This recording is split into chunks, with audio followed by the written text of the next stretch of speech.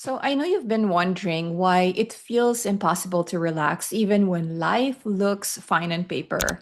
So you've got a really good job, the family, the life you thought you wanted, and yet you still feel tired, anxious, or numb. Here's the truth. This isn't laziness, it's not weakness either. It's our nervous system, it's the part of our body that keeps us safe, getting stuck in stress mode. And today I'd like to show you how to trigger calm in your nervous system so you can move from exhaustion to ease, from numbness to joy using inner child healing, kapwa connection, and the wisdom of our ancestors.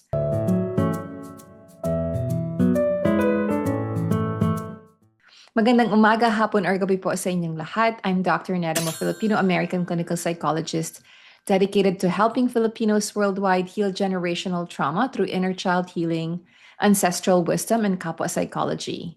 I was born and raised in the Philippines, and I immigrated here to the US as a young adult and later pursued grad studies in San Francisco. And as a first gen immigrant, I bring both personal and professional insight into the healing journey. So, having grown up also with anxiety and trauma, I deeply understand what it means to face mental health challenges without support and resources. And all of my lived experiences inspired me to create this channel, the Brown Psych, a space that makes healing accessible while honoring our culture, our heritage, and community.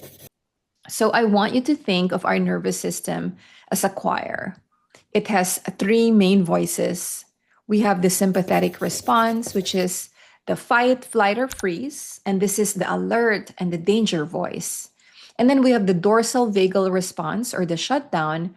This is when we feel numb or hopeless or disconnected. And then we have the ventral vagal response. This is our parasympathetic state. This is the calm, safe, and connected voice. When these three are balanced, they create harmony. But when stress dominates, it's like one singer yelling over everyone else. Many of us Filipinos grew up in families where stress was constant. There's utang, there's the family conflict, expectations, migration, the struggles, right? So our nervous system got trained to overuse stress and underuse rest. We became experts at giggle or being on edge, always alert, but weak at relaxing. So let me ask you, do you feel more at home in stress mode than in calm mode? Can you comment stress if that sounds like you? But I know that some of you are like, but my parents survived without rest. Why can't I? And sure, our parents survived, but survival came at a cost. There's hypertension, diabetes, early strokes, emotional distance. Rest isn't luxury. If you think about it, it became a survival, and our bodies keep the score. And healing means giving ourselves what they couldn't. And so I'd like to go to the vagal tone and Filipino everyday life because our vagus nerve is like the main highway connecting our brain to our body. It really touches our heart, lungs, and stomach. It's the messenger that tells our body when it's safe to relax. Scientists call this vagal tone like muscle tone. And the stronger it is, the better our body recovers from stress. And so high vagal tone means flexibility, and low vagal tone means you stay stuck in stress. Here's a simple picture to help you even more. So imagine you're stuck in a traffic in Los Angeles. And if the cars can weave and adapt, everyone gets home. That's high vagal tone. But if it's in gridlocked and no one can move, that is low vagal tone. Our ancestors intuitively knew how to strengthen vagal tone. If you think of the harana, which is like in the Philippines, this is like the serenade, right? Like when our lolos were serenading our lola, right? Or chanting prayers, laughter during barangay fiestas. Singing, laughing, and praying together weren't just social, they were nervous system medicine. And think about the karaoke too. Don't you feel so relaxed when you sing karaoke, right? And then I know that some of you are also asking, isn't this just a Western science? And the answer is no, because science is finally catching up to what Filipinos have always practiced. Our lolos and lolas hummed, prayed, chanted novenas, sang lullabies. These weren't hobbies, they were ways of regulating our nervous system.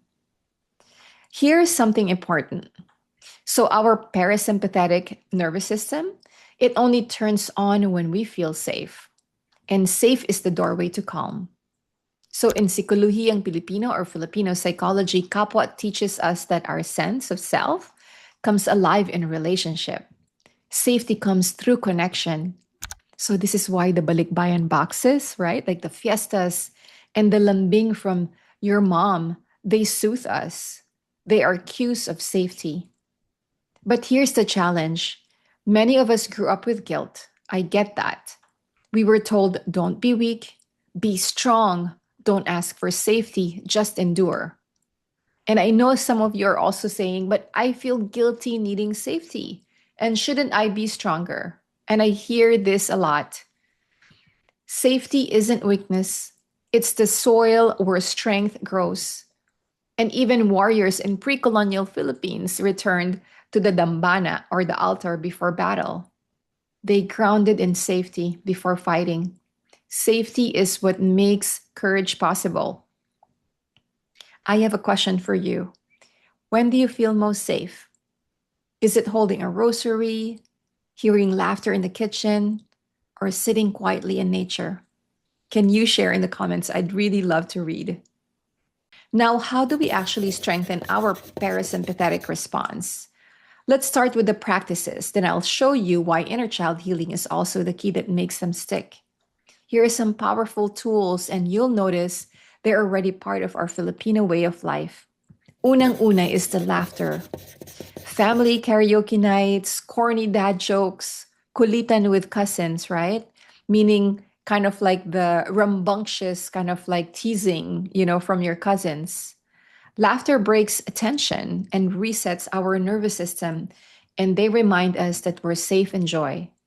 And then we also have the breathing, that deep sigh after prayer, or the way our lolos would say, huminga ka muna anak, meaning just, breathe first, my child. Breathing isn't just oxygen, it's the body's way of signaling that danger has passed.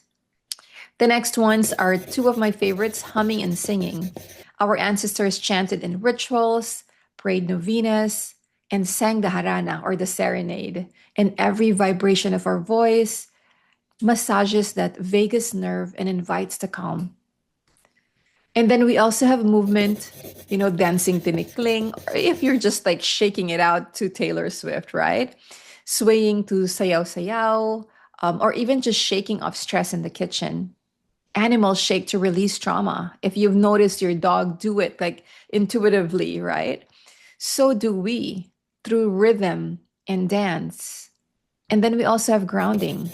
When we touch the beach, right? Like with our bare foot or the soil, walking on barefoot, praying at the beach, tending plants.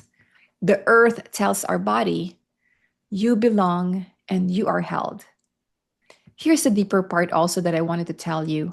These practices are not just exercises, they're conversations with our inner child, some of my favorites.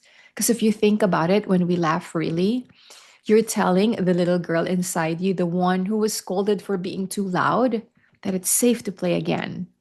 And when you breathe deeply, you're telling the child who used to hold her breath during her parents' fights, you don't have to brace anymore, and you are safe. So when you sing, you're giving voice to the child who once silenced herself to avoid shame. No wonder a lot of us Filipinos love the karaoke because it really kind of gives voice to a lot of the suppressed feelings we have been holding on to. And can you imagine the freedom our inner child feels when we sing or when we express how we feel? You can take up space and your voice is welcome, kahit na minsan sintonado or out of tune, right? And then when you move, you're telling the child who froze in fear, you don't have to stay stuck. You can shake it off and you can flow again. And when you ground yourself in nature, I know this is one of my favorites. Like I make it a point that because we live like 5 minutes away from the beach, but that's like some of my favorites. We are reminding our inner child who felt alone that we belong to something bigger. And you never are truly alone. And that's the feeling that I get when we go to the beach, for instance, and we typically kind of go during sunset. That this vast universe, right? Like when you're just like looking straight into nature, there's so many calming things in nature too, that you belong and that I have a place here. And so this is why inner child healing is so important, because without it, these tools may feel like temporary relief, but with it, they become pathways to reparent yourself, to give that child inside you the safety, joy, and connection she always needed. And here's a truth that I want to share with you. When our inner child feels safe, your parasympathetic system naturally strengthens, because at last, your body isn't just surviving, it's really remembering to rest, connect, and feel joy. Okay, I know some of you are saying, but resting feels lazy and I need to push, I need to hustle. And that, my friend, is the colonial conditioning.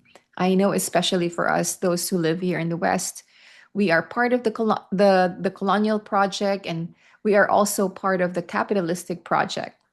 We were taught that our worth equals productivity, but our ancestors valued balance, planting with feasting, work with ritual, and effort with rest. And rest isn't laziness. Rest restores our loob, which means our inner core. And if this resonates with you, I created Pagbabalik Loob, which is the 5 sacred basic steps to begin your Filipino inner child healing journey. If you are not familiar with inner child healing, it will guide you to reconnect with your loob, and the link is going to be in the description. And you know what? We don't heal alone. And that is the truth, especially for us as Filipinos. Our connection is really our medicine. Sure, Western psychology says be independent, fix yourself. But in Filipino psychology, healing is collective. And this is also some of the reasons and why, some of my clients in my private practice will say that sometimes, like when I am in deep connection with other people, I feel so alive. And that is because, especially for us Filipinos, that connection, we are collective people, right? Like we are kapwa people. And so that makes so much sense. It is in our DNA. And that's why I created the Healim Collective, which is a membership for a lot of like Filipinos really who are trying to break generational um, trauma through inner child healing, through kapwa psychology, and through ancestral wisdom. And we don't just learn, we witness each other, we laugh together, sometimes we cry together too. But that connection is really the medicine. So, your parasympathetic nervous system is your body's way of whispering, you're safe, pwede ka nang huminga, you can breathe now, and this is the Filipino way out. To remember that rest isn't indulgence, it's reclamation. And when you learn how to trigger calm in your nervous system, you're not just managing stress, you are really healing generational wounds and reconnecting with your loob and reclaiming the joy our ancestors once knew.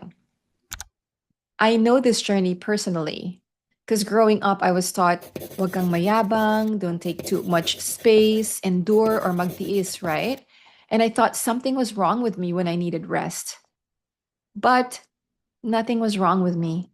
And my body was protecting me the only way it knew how. And if you feel this too, remember, you are not broken. You are human and there is a way home.